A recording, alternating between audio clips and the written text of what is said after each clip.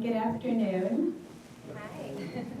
Thank you all so much for being here with us today.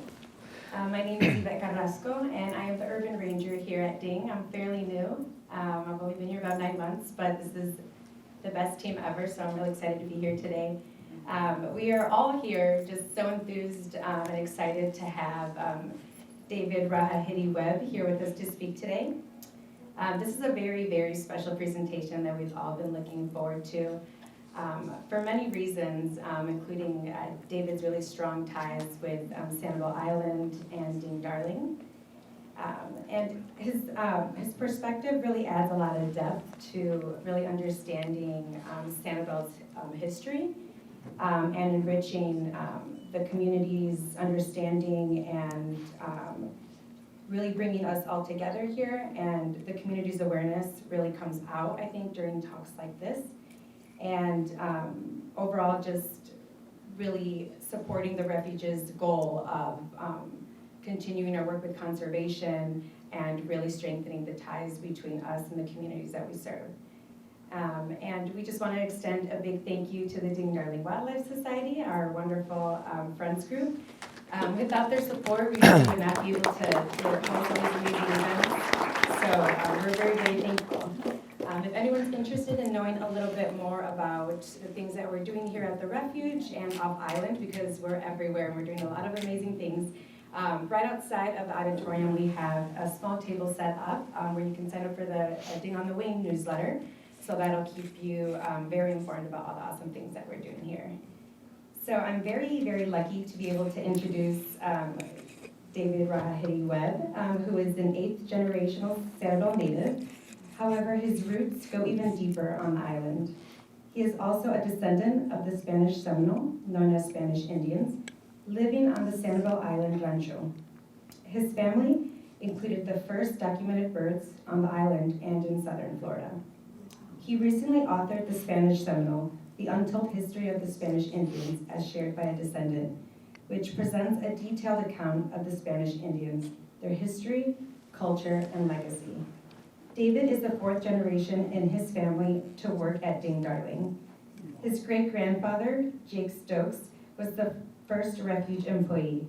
His grandmother, Edith, was so central to the refuge's family that the administrative building is dedicated to her memory. An educator, historian, and environmental scientist, David Rahahę Webb has shared several organizations in nonprofit leadership, spanning more than 2 decades. Today, he is the executive director of Muddy Sneakers Outdoor Classroom, an environmental education organization serving students across North Carolina. David belongs to the Tuscarora Nation of North Carolina. His culture has shaped his worldview and is central to his life. David serves as a culture keeper and historian for his community and others. Sharing his love for history, the environment, and his own culture are his passions. So without further ado, here we have David Rahahę. Thanks, Yvette. Thank you, Yvette. Thank you. Okay, thanks. I'll try this. Can everybody hear me well? Thank you. So I'm going to do a traditional introduction in the Tuscarora language. Chwant nagayas skana nagwego David giatet huchat rahahandi oxana he wawe skarure diwagasnu ne disne squarine gisasade disne rali waknene une wagahet gakuri waye egi rekanike urihwe una hasna I equiditke twent ha yakwa wet doet tetna ine agagwani es what de gosne kinika di kawadakye nyawe una ha heto. So I shared kind of the same thing Yvette said in my language. And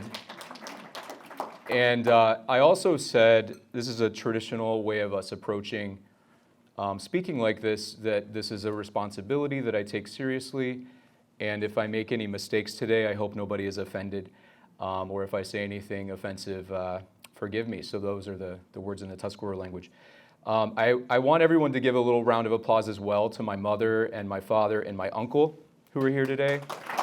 My niece, My niece is here as well, but my mother worked here when I was in her belly, literally, and then she went on to work for the society as their bookkeeper. And my first job out of high school actually was here at Ding Darling as an AmeriCorps intern, essentially, for about a year and a half. But my grandmother Edie really, really shaped the person I am. If you know how much I love the environment, my grandma was all about that. So I'm here to talk to you a little bit about our family history on the island, and it's really an honor to be here at Ding Darling because it's so central to our family. Growing up, I'd spend a lot of time staying with my grandmother summers, and even during the school year, in my teenage years, I was staying with my grandmother and into my 20s. And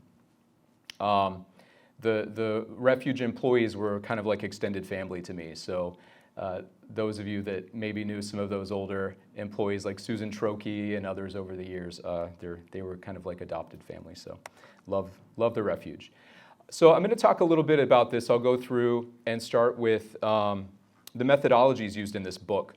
So the first thing to mention is indigenous research methodologies. So if you get the chance to read the book, you'll notice that it's written from the perspective of an indigenous person. And because I belong to my nation, the Tuscarora Nation, often people get confused knowing that I'm also a Seminole descendant. So we all have 4 grandparents, and they all can have different backgrounds. And I am also a Seminole descendant, but I am Tuscarora. I'm also a Scottish descendant and an English descendant. And I am a member of my nation, Tuscarora Nation of North Carolina. So that's a little bit about sort of the indigenous approach to this. A lot of the work in this is using language, kind of decolonizing terms like Seminole and Creek. And for those of you that study history, or maybe even not, how many of you have heard of Creek Indians or Creek people? Great. So Creek is really a term that was applied to an entire group of people. I'm going to kick my bag over. To an entire group of people that lived at the time of contact in Georgia, some up into South Carolina, Alabama, northern Florida. And it's really a broad term that doesn't fully describe the diversity of languages and cultures included within that group. So in the book, I use indigenous research methodologies, which are now being much more accepted. There's oral history in there.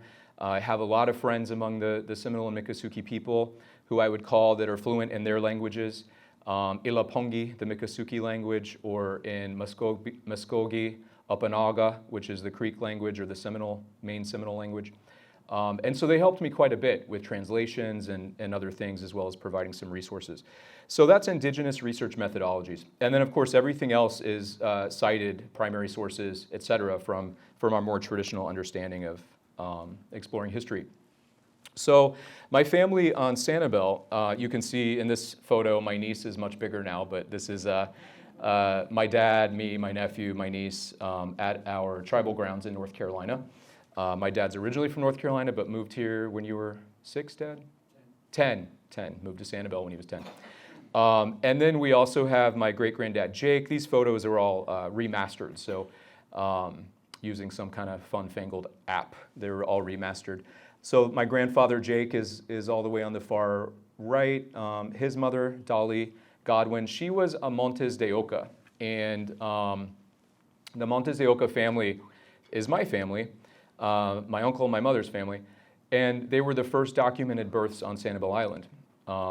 We didn't know this until I started diving into some research. We always knew we were Seminole descendants. We always knew that my granddad, Jake, was Seminole and Spanish, according to our family oral history. But we didn't know exactly how important his ancestry was, going back to what were known as the Spanish Indians. Also down here, my grandmother Edie with Charles LaBeouf in front of one of the first Coretta sea turtle research jeeps there. And then my parents, that was a little photo from the Island Reporter when I was a wee lad. And then just a little bit about, you'll see some of my artwork up here if you come up afterward. I am an artist in our tradition of Haudenosaunee, Tuscarora, or Iroquois, or Iroquois you may have heard of. I am a traditional artist and have my work in museums around the Southeast and the Northeast as well.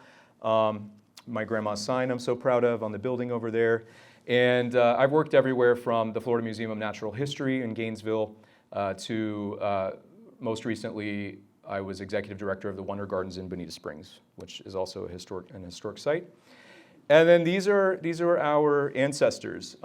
These are our Spanish Seminole ancestors. So you can see a lot of interesting faces here. My granddad Jake, very proud over there with a tarpon he caught, and then in the middle with a diamondback rattler that he found back in Pine Island Sound there, swimming through the sound.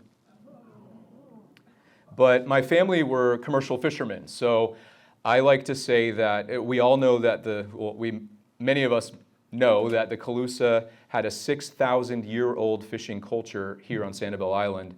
My family continued that until my generation. So as a kid, I went out once with my granddad on his boat. He was a commercial fisherman. His father taught him, and his stepfather taught him, who was the lighthouse keeper. They lived in the lighthouse and went up there to escape a hurricane very similar to Ian, the flooding from that hurricane. But my grandfather took me out once and showed me how they would encircle these schools of mullet with their nets, and would have me and my uncle, who's younger than me, get out and hit the water with paddles and scare the fish into the net. And that was the culture that the Calusa didn't have speedboats. But that was the culture that was handed down through 6,000 years. But my grandfather, the last chapter of this book is a full oral history from my grandfather. His name's Marty Stokes, or Lamar Stokes. And he actually talks about being in a little boat, using a pole to push himself through the bays back here. And so when they would encircle the mullet with these nets, they were using, pushing themselves along with poles in little boats really early on. So somebody came up to me earlier and was asking about the name Seminole, or made a comment, so I included this slide. So after 1765, all indigenous people in Florida were referred to as Seminole. And Seminole actually underwent sort of a morphing through a few different languages. So it originated on Puerto Rico as cimarrones, which came from a Taino word meaning like wild or feral. And, Florida was claimed by Spain, and they began referring to the people that were free in Florida, the indigenous people and the enslaved people that had escaped that were free, as maroons. It was anglicized as maroons, and cimarrones. And then over time, the Seminole people started calling themselves cimarrones, and that became, there's no L in those languages, so it became Seminole. So from cimarrone to Seminole in the Seminole language, and now we have Seminole. So underwent a little bit of morphing and changing there over the course of 100 years or so. And I am hoping that this work will help to re-educate people about the Spanish Seminole people. So traditionally known as Spanish Indians, they lived in ranchos, or little fishing communities, all around the barrier islands of Southwest Florida, from Tampa Bay down to Marco Island and probably further. And they were not Cuban fishermen. So a lot of our past understanding is that they were these Cuban fishing camps. Well, I did a deep dive into the data that I'll show you.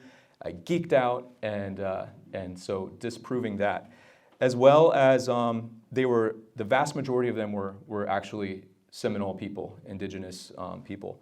And I think the source of confusion as to why they were called Cuban is because their port of call was Regla, Cuba. So right inside Havana Bay, there is a port called Regla, and that's where all these fishermen were based out of. There was really little to no tie with St. Augustine. So Florida at the time, Spain had essentially two colonies in Florida.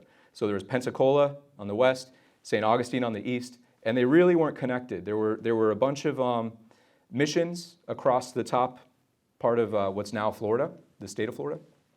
But if you wanted to get from one side to the other, you went by water.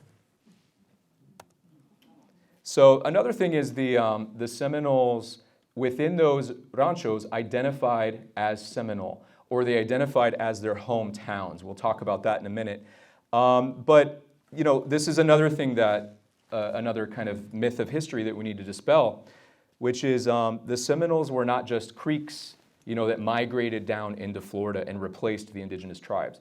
There was a huge slavery industry that we'll talk about in a minute. But the Miccosukee people, or Yadkatishi people, came down from the Panhandle first into the peninsula of Florida.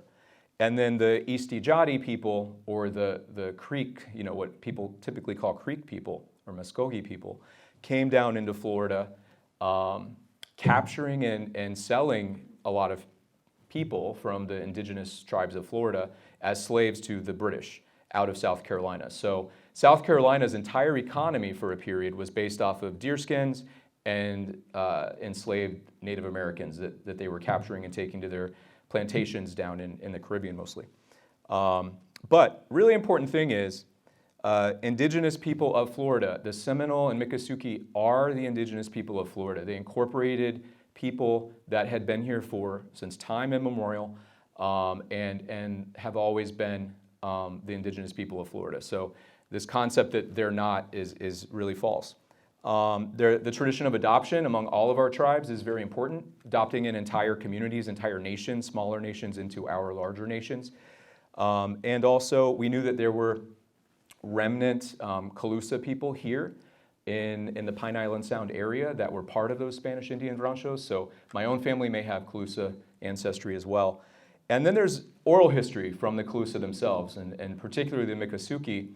There's a clan called the Tacoshatle clan, and the story behind this from the oral history that I share in the book is that the ancestors of the Miccosukee came down into Southwest Florida, and they encountered these wild people that wore like nothing but like moss. They didn't dress like they did. They were just wearing very rudimentary clothing, small little like breechcloth and such, or they went naked.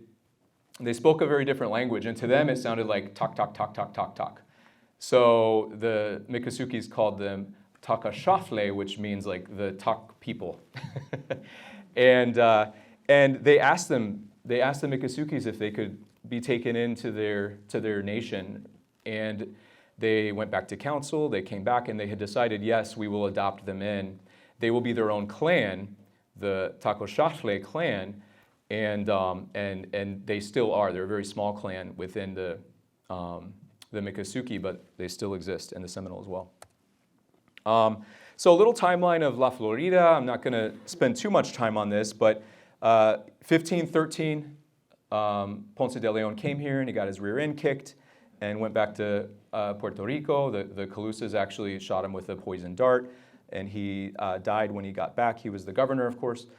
And then the Hispanic Latino fishermen, and I'm very clear, I want to be clear in saying Hispanic Latino because you'll see the diversity of the fishermen that lived in these ranchos and intermarried with the Seminole.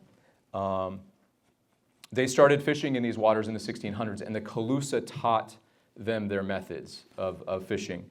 And then they started working with the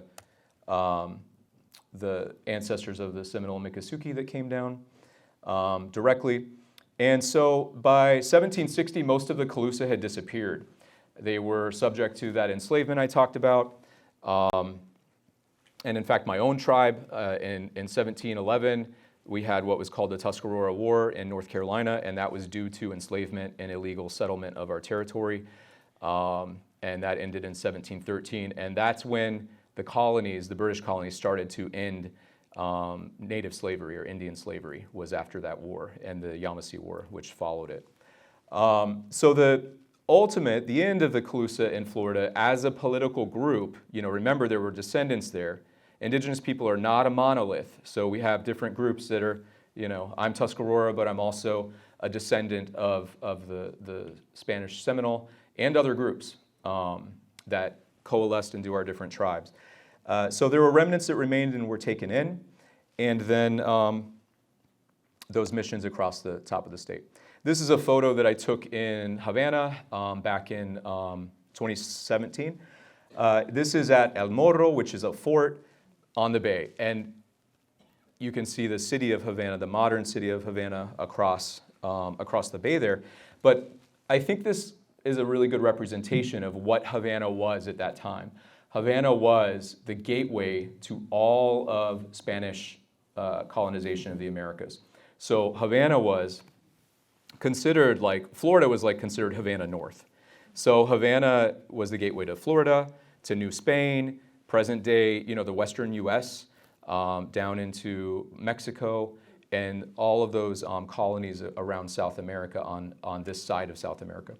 And that was the gateway.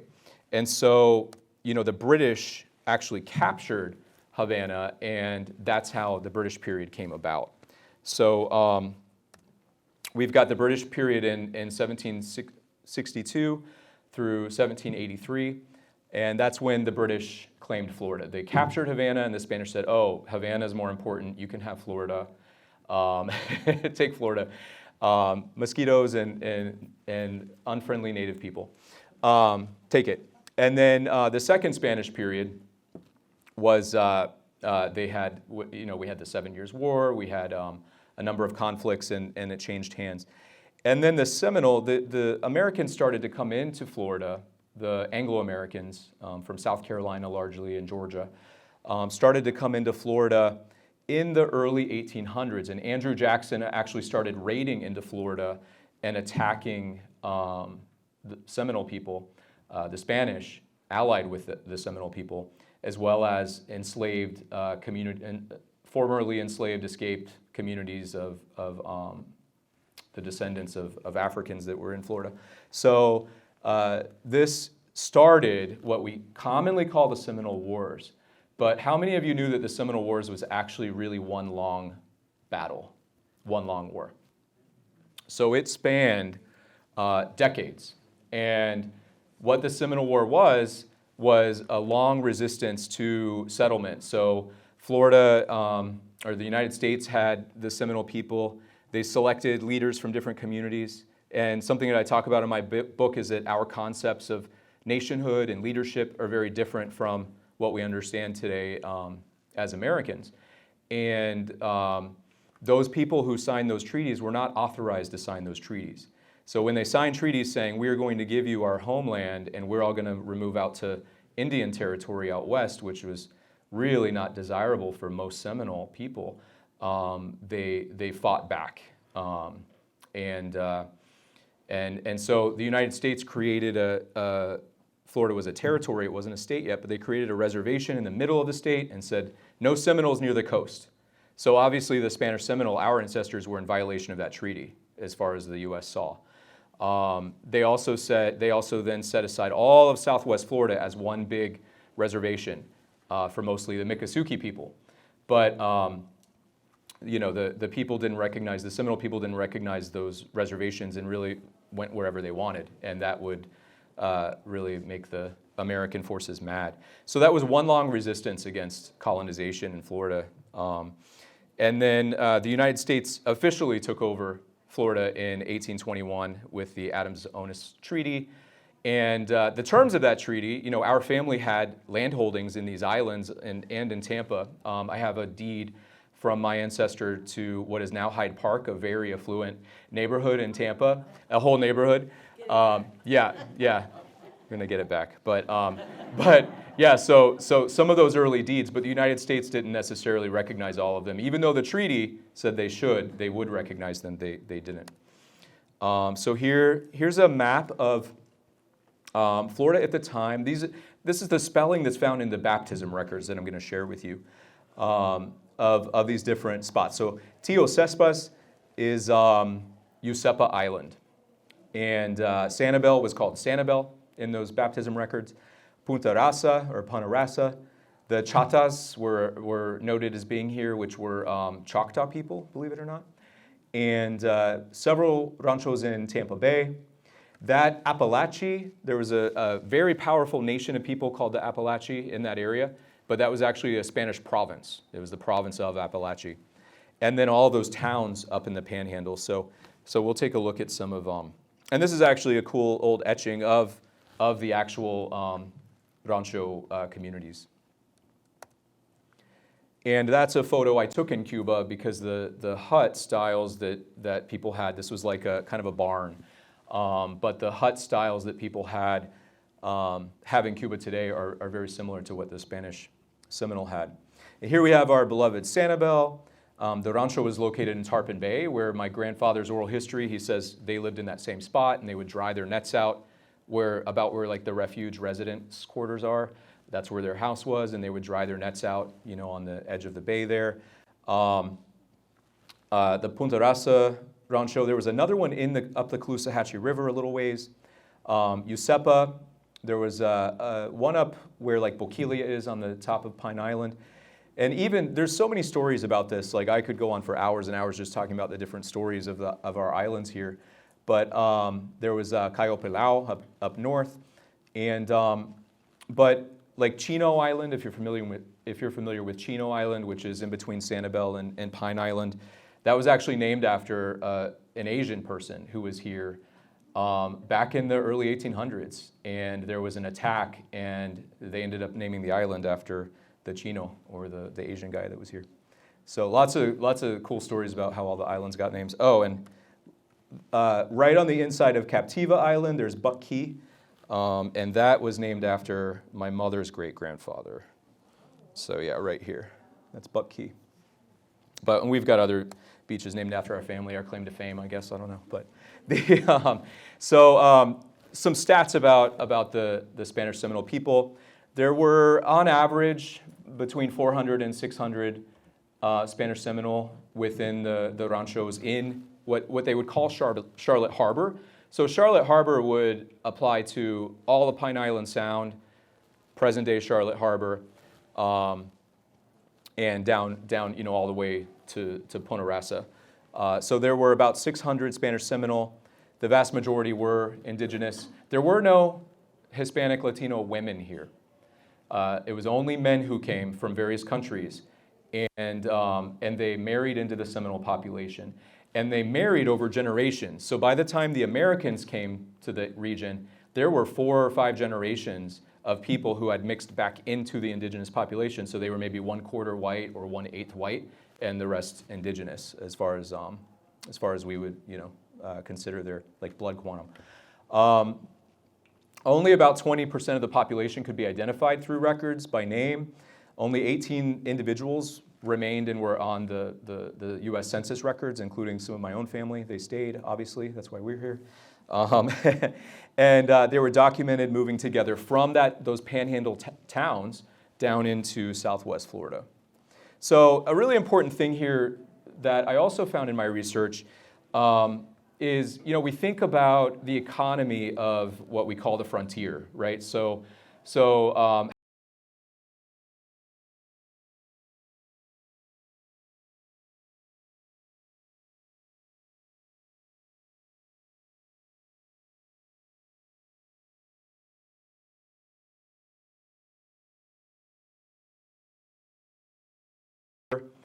commodities and goods from European people, guns, ammo, number one, pots, pans, beads, all sorts of things were traded. And even like paint, different things like that. And so these things were being traded, and they led to entirely different types of lifestyles of people within those tribes as these trades took place. Florida, these ranchos were just as important economically as those other trades, the deerskin trades, et cetera. They served the same economic purpose for the indigenous people in terms of acculturation, in terms of getting access to goods. So 800,000 pounds or 400 tons of fish were traded annually just out of Southwest Florida for that time. And it was enough, it was all being taken to Cuba, right? And it was enough to feed the entire enslaved population of Havana and the surrounding area during Lent, along with the non-enslaved population, which was quite impressive. And so the identity, we've had some scholarship that's taken place on our communities that this creolization took place, or mixing of cultures, and that really didn't take place to a large extent The record just does not demonstrate that. So they spoke their languages, they maintained their clans, and that's my point, that there wasn't a whole lot of mixing of cultures here because they really just kept their culture. And they were fluid with the bands on the mainland. There was no real true division, as you can see from these records. So here's the really fun, nerdy part, which is the regla baptisms. And this is El Morro right there at the opening of Havana Bay. And the type of boat here, the schooner that you see there, flying in, or sailing in, flying the American and the Cuban flag. This is the type of boat that would transport hundreds of indigenous people from Florida to Cuba. And they originally started out, as I mentioned, bringing Calusa people to Havana.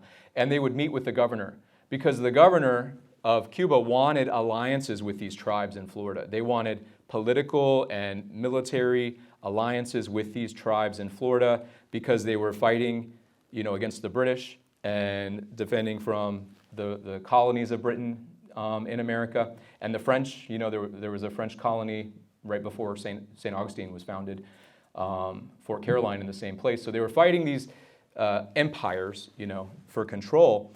And they would bring these different chiefs and families down to Cuba. And as the ancestors of the Seminole and Miccosukee people really kind of dominated the area, they started bringing them down. So on some of these trips, the proprietor of the Yusepa Rancho would bring down 100 people on one of these boats at a time. And they would go down and they would demand, if you wanted an alliance from indigenous people, oftentimes you had to give gifts. That was a traditional way of exchanging, going back to Mississippian culture times, that when you would meet with leaders, you would bring gifts. And so when they would come down, he would give them guns and he would give them beads and all sorts of gifts, shirts. They'd come back to Florida. The British wrote they're coming back in the finest clothing of Havana, dressed really to the T after their visit. But the governor got so sick of giving them these gifts, he said no more. But they still kept coming and he kept giving them gifts.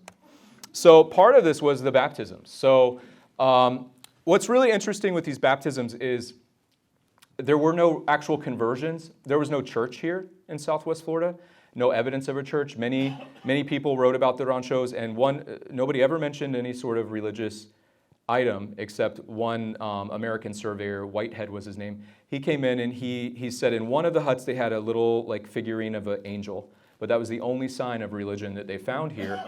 And when you look at the baptism records, they actually indicate the mother wanted this child to be baptized. The father wanted this child to be baptized. Another thing that's interesting is, how did they have legitimate marriages? If you know anything about the Catholic tradition, you can't get baptized unless the parents' marriage is legitimate. But they didn't have priests here marrying them. So it's really interesting. There had to be some sort of an underlying political reason that they were given a pass. Now, this is the church, still standing, that they were baptized in. One time on one of my trips to Cuba, there was a book that I found, really, really old book, just kind of in old Havana, that I started looking through. And it had a full section about regla, and it was really interesting. It had a drawing of this church. I chose this because I think it's cool to see it today, this photo. But it had a whole thing about how Havana or Regla had really gone downhill. That it used to be this thriving port city, but now it's overrun with pirates and gambling and crime and all sorts of things. And it said something like sarcastic: if you want to get mugged, go to Regla, mugged and robbed or whatever. So by the time the Spanish Seminoles were coming here, it was really in decline. But this church itself was where a lot of the people of color were baptized. So reading through these baptism records, there's a couple volumes of them, and I would spend days and days at a time, reading through them, and you get kind of used to this old, handwriting, 1800s Spanish handwriting, looking for people connected to the ranchos, and maybe there's one out of every 10 pages or 20 pages, one baptism record. And then this is the Virgin of Regla. So she's represented as an African version of the Virgin Mary. And today this is a sacred site to practitioners of Santeria, the African Yoruba religion, as well as Catholics. And they see her as an emanation, a representation of the goddess Yemaya, who is the Yoruba ocean or sea goddess. So that's another reason why the port town had this place where people could go before their trips to pray, no matter what their tradition was. So here's one really cool record for us. This is the first known birth on Sanibel, and this is from our family. This is Benito Montes de Oca. The Montes de Oca name became anglicized, so everybody in my family says Montes de Oca, Montes de Oca. So like if you talk to my granddad, he's like, yeah, the Montes de Oca family, but it was Montes de Oca and became anglicized. So this was from 1825, the record. He was born prior to that. And so it says, actually no, he was born in Choconicla, which was a town in the Panhandle. So they had not quite yet come down here. And Gregorio Montes de Oca was his father, who was the brother of my direct ancestor, Juan.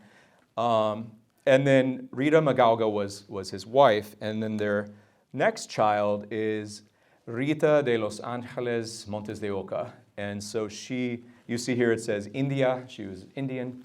And she was born Pueblo de Sanibel. So this was 1827 when she was baptized. She was already a few years old. And she was born at the town of Sanibel, or the rancho here at Sanibel.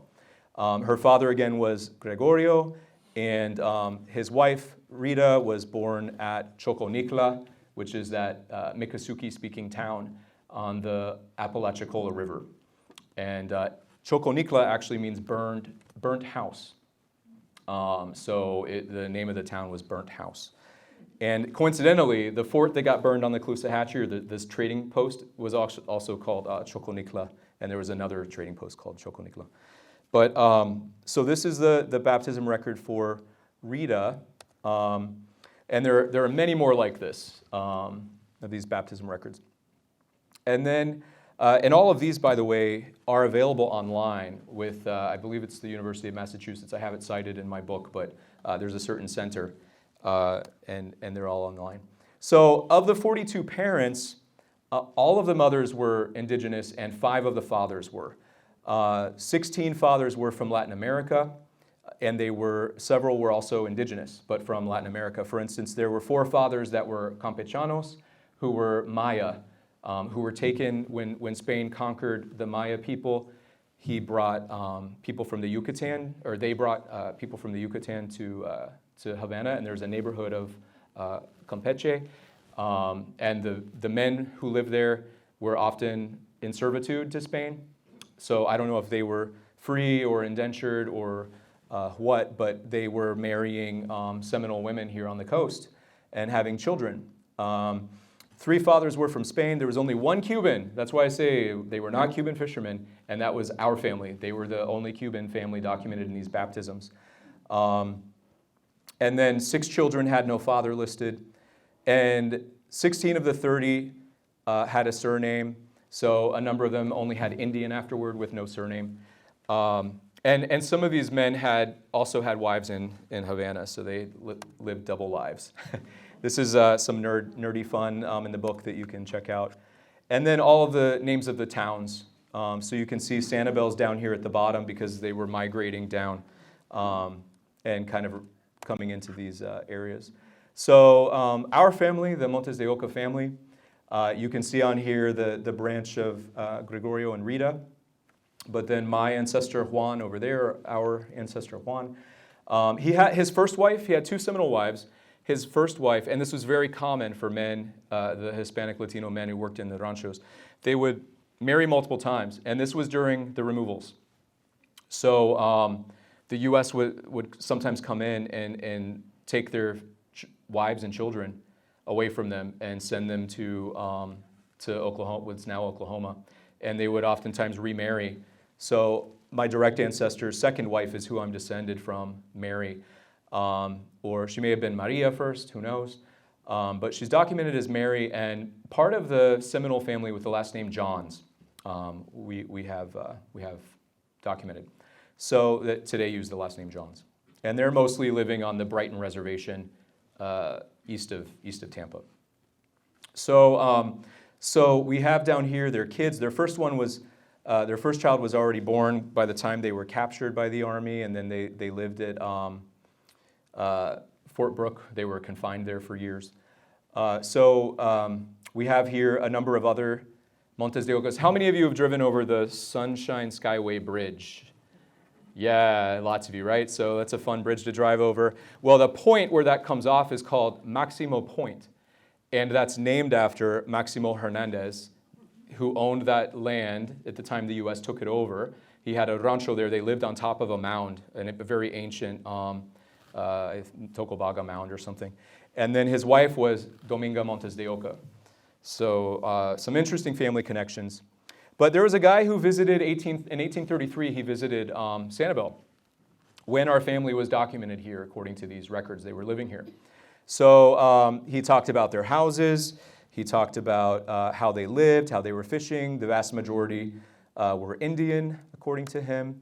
And then they went across, they got in a bunch of canoes, and they went across to Punta Rasa for some sort of a gathering or social.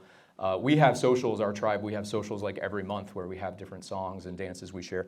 And some of them are these same songs he described. And the Seminoles still do these today.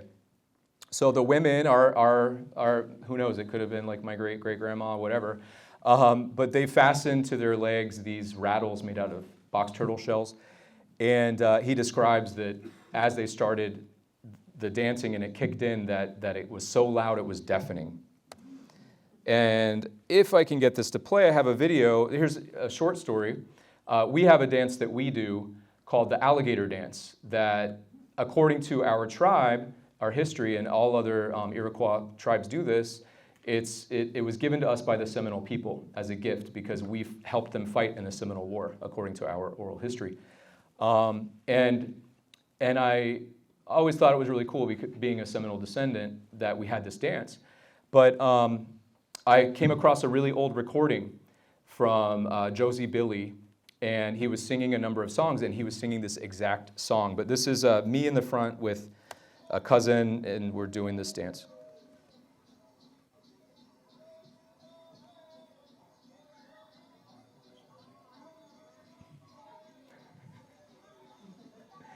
My dad's pointing out people in the video. His cousins. So this is our dance, but when they, there's a really fun part where the story is that the man is the head of the alligator, the woman is the tail of the alligator, and I have one cousin that, like, it's kind of fun to spin her so fast that her feet go off the ground. And all right. So if you were falling asleep, maybe that helped wake you up. But anyway, so now we're getting to the evacuation of the ranchos. So in 1836, there was an attack by a man named Waihoki, and we don't really know what that translates to. I asked all my fluent speaker friends, and they were like, "Yeah, it could mean like a water moccasin, or it could mean butcherer, or it could mean someone who was left behind," which is kind of a sad name. But he attacked the rancho, and there was an officer that was stationed at Usepa Island named Henry Cruz. And at that time, the Americans were really harassing the Spanish Seminole people. They wanted to collect duties and taxes on the exports of the fish, and they would have to check in at the Key West station as they were coming up on their boats to the ranchos and report, their sales as they were going back and forth to Cuba. And so they stationed this guy here, and he harassed them so bad he actually received a reprimand from his superior that he was harassing the people there so badly or so much. And so when Waihoki attacked, he burned down all the huts, including the native huts, but he killed the officer. And so a U.S. naval ship came down into Charlotte Harbor, and they took all of the Spanish Indians they could find up to Tampa Bay, including my family among them. And so the record said that there were no more Spanish Seminole, no more Spanish Indians in all of Pine Island Sound in this whole area. They were all either left and went down and joined with the Miccosukee people in the Everglades, or they went up to Tampa where my family went. So, and I'm sure there were people staying, It's always nonsense when we say everybody's gone like that. So here, if you're familiar with Egmont Key, that's the really heavy spot where a lot of Seminoles were boarded onto boats and sent on their Trail of Tears to Oklahoma. And then a few of these ranchos were already there. Spanish Town Creek is actually the spot where the owner, the previous owner of Spanish Town Creek, deeded it to my ancestor Juan and his brother Gregorio. But they were living at the time on the Mullet Keys. And so one day, the General Thomas Jessup ordered their removal, and he argued that they were off the reservation. He argued that they were supplying arms to the Seminole resistance. They were in violation of the treaty, according to him. And there were chiefs on the mainland. There was a chief named Holate Amafla, and he actually said that the people in Tampa Bay belonged to his band. And so they said, if anybody who's claimed by the chiefs, they all need to be removed. So they went out one day when the men were out fishing, because they were still fishing and living their lives. And they captured all the women and children, and they imprisoned them at Fort Brooke. And so the men then had to come and plead to get their families released. There was one account of the Spanish Seminole being removed on a boat, and I'll read it to you. It says, this was actually from the Arkansas Gazette. So they would take them across the Gulf from Egmont Key in Tampa Bay, across the Gulf to New Orleans, and then up the Caloosahatchee to Fort Gibson, and then over to what's now Oklahoma. So it says, 150 Spanish Indians or Spaniards who have intermarried with a Seminole take the whole party as a body, as it is the most dirty, naked, and squalid one that we have seen. He's talking about them on the boat in chains. They have been hunted out of the fastness of their native country like wild animals, and have been herded aboard boats with no opportunity to secure and bring with them their meager personal belongings. So he had seen many boats come through, and he said that these people that were packed aboard this particular boat that were Spanish Indians were in the most nasty conditions possible. So there was a petition against removal, and by this time, those ranchos in Tampa Bay were owned, some of them were owned by Americans, Anglo-Americans, and they saw that they were profitable. And they petitioned on behalf of the Spanish Seminole men, including my ancestor and their families, to stay here in Florida and not be sent out to Indian Territory. And they used those baptisms as an argument that they were different and distinct from the other Seminole. They weren't part of the resistance. They never lived on the reservation. They've always been here on the islands. They were never in the interior. They were never party to the treaties. These were all things that they said to try to get them to stay. And they said that in return for staying, they would remain in Fort Brooke until all of the other Seminole were removed, and that they would pledge allegiance to the United States and work for the U.S. So my ancestor Juan, this is actually a remastered picture of my great-grandfather Jake. They didn't have cameras back then. But Juan actually ended up working for the Army for the rest of his life as a translator. He spoke both Ilapungi, the Miccosukee language, and Muskogee, Upanaga, the Creek language, as well as Seminole, and apparently English. And so he was really vital in the agenda of Americans in those wars. So we know a lot about him. There have been a couple of books that have been published that talked a bit about him, but they were mostly like romanticized tales, as we often see in this type of history. His beautiful Seminole bride, and all this kind of stuff. One of his daughters married, her name was Victoria Montes de Oca. She married one of the first mayors of Tampa. And so there's been quite a bit written about them.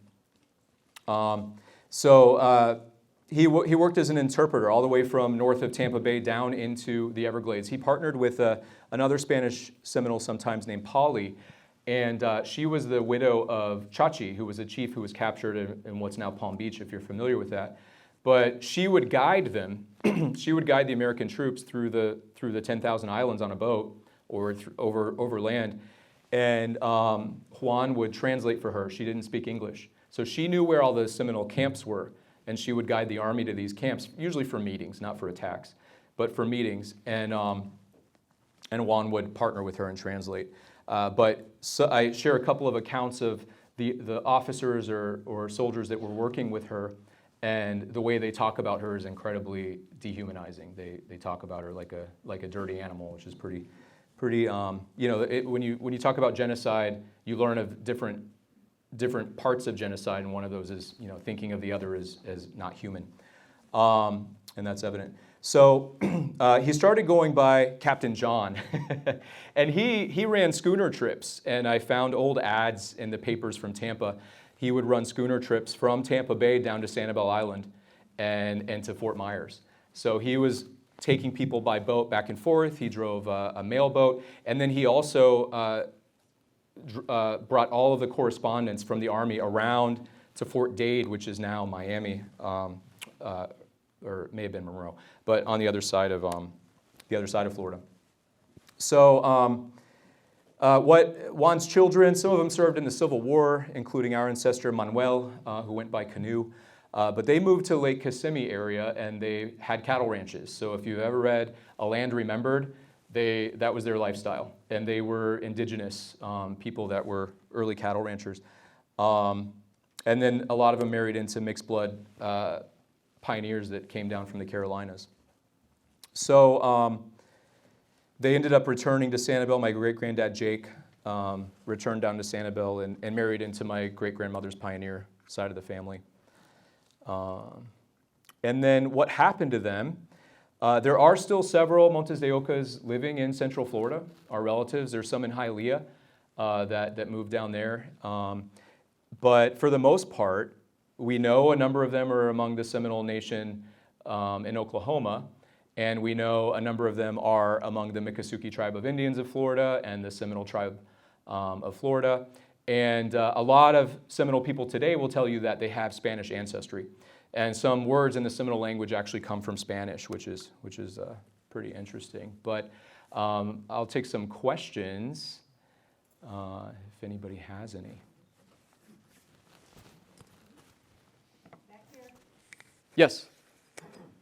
Mound Key, just east of Fort Myers Beach, is often referred to as a capital of the Calusa. Is there any references you come across to verify that?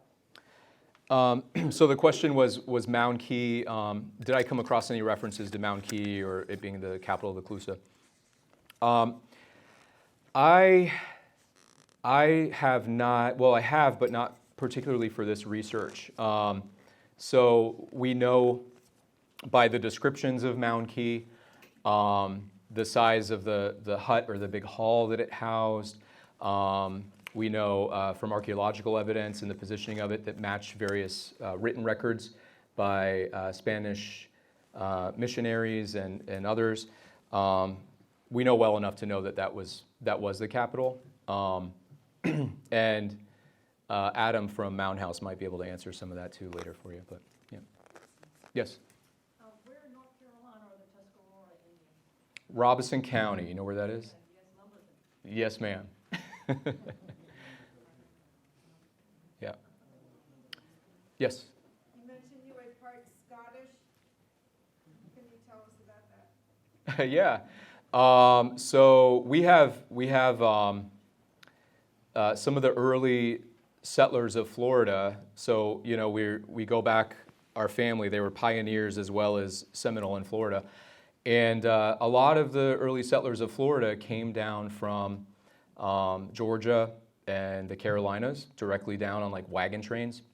And a couple of our family lines, like McClellan, and in fact, a lot of the Tuscarora people in Robeson County, the county next door is called Scotland County. And there's an Aberdeen, and there are a lot of early Scottish immigrants that settled in the Carolinas, and we're descended from some of them that came down here. Yes? How did you become called the Spanish Seminole as opposed to just Seminole? Good question. So how did we become known as, or how did our ancestors become known as the Spanish Seminole? So I would say, for going back to even that record during the removals in the 1830s, they called them Spanish Indians. And so they have been known, that population has been known as Spanish Indians because they were really a mystery. I'm the first one to really use the term Spanish Seminole. Nobody's really used that term before. And I'm doing that to try to address the misnomer of Spanish Indians. So there's been a lot of mystery surrounding them in the academic community and historian community. Like, were they Calusa? Were they Seminole? Were they someone else? Were they all Cuban fishermen? And so data that has come available more recently has painted a much broader picture. And I never set out to write this book.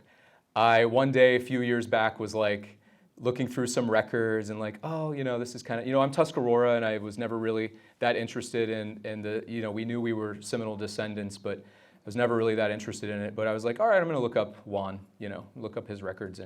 And then I came across the petition, and then I came across some research by John Worth, who some of you may have read his stuff before, of some of these baptism records. And I was like, oh my God, this is amazing. My family was the first family documented here, and nobody's talked about that yet. So I decided to write the book. But they were always known as Spanish Indian. Yeah. Yes? Can you tell us about your jacket? Yeah, so this is a Seminole style, or it is a Seminole patchwork jacket. And these became really popular in the early 20th century, really largely for the tourist trade. But they're still made, and they're really an important part of Seminole and Miccosukee identity today. So one of my really good friends, Houston Cypress, their mother makes all sorts of patchwork clothing and sells it, and they have fashion shows where they, everybody marches out on a runway with the latest look in patchwork clothing. And so it's a real source of pride for Seminole people, so I wore it today to just kind of represent. Yes? Can you speak at all to the image that you chose for the cover? Yeah, good question. I like that. So this cover artwork, I will go back. I have the actual photo that's made from. So you see the young man sitting on the left? So this is an old photo. That's Henry Montes de Oca, and that's Johnny, the son, sitting next to him, the son of Juan, Johnny Montes de Oca. But he actually went by Johnny Johns, and all of his kids on the American census went by the last name Johns. And Johns is a common surname on. Remember, they were living in Central Florida, and that's where the Cow Creek Band of Seminoles are. And Johns is a common surname there. So there has to be some sort of a connection because they were using that name. But they were really well connected with that community going back to, like, my great-great-grandfather's name was Tallahassee, and he was named, our family oral history was that Chief Tallahassee came and named him at our family's home on Lake Kissimmee, and that him and his band would stay on my family's land there. And one day I was reading through like old articles, and I came across an interview from old Chief Tallahassee, and he actually told the story of naming my ancestor, which was really cool. And he added more details in this, firsthand account. He was the one who did it. And taking a string of beads off of a woman's neck and putting them around my, great-great-grandfather's neck. But also, his descendant, Fred Montes de Oca, helped the Seminole band. The Seminole tribe of Florida actually credits him with starting their cattle industry. So for generations, there have been a lot of close links with the community there. But Henry there, I did it electronically, but I created that like oil painting look image by giving him some traditional clothing and making it an oil painting, but using his face. Yeah. It was like kind of giving something back to him because they weren't really allowed, to have their traditions. I'll take one more question and then I'll just, yeah. Oh, I don't want to take it from the audience, but I really do want to ask twofold. What does it mean to you to be the individual uncovering and sharing this largely hidden and largely ignored history of Sanibel Island? And did any emotions other than, oh my gosh, I need to write a book, arise while you were researching this? Thanks, Jess. That's a nice question. Honestly, it's kind of an honor and humbling, but also a little vindicating because island politics are very interesting. And a lot of our family history was kind of purposely hidden. And like, if you go to the Sanibel Historic Village, there's the Buck Cottage. Well, that was like my family's little cottage, right? Like, but there's a lot of the other side of our family that is not shared anywhere. And they were literally the first people here and the first pioneers as well. And so it's important to me to get this story out for our family. My grandfather is like over the moon with this book. It means the world to him, and that means the world to me. And then feelings, I think the most exciting, I mean, I had a lot of things like, whoa, this is crazy. They were imprisoned at Fort Brooke, you know, they were in these conditions. But I think one of the coolest things was coming across that account of their dance here that they were doing here, you know, and knowing that existed. So I would stay with my grandma on the island for long periods of time, and, you know, even in high school. And I was always very into my culture. My dad has a very strong Native identity, and I was raised identifying as Native. And so I would go and like pray in our own way, and I always felt very connected to the island, but I never really knew why, because this isn't where as far as I knew, where my Native ancestors were from. That's a personal story I'm sharing with you, but I've always had that kind of like love for the island and the mounds and the Calusa. And so reading about that account of the dance was like kind of a full circle moment, right? Yeah. All right, well, I'll actually, after this, I'll go stand at the table, and if anyone has any questions, I can talk about some of those items, but I don't want to take too much time for more. One more, yes? You're going to be signing the books out there? I will. I'll head right out there after this for like 2 minutes. Yeah, thanks. All right, good. Like to do- Thank you.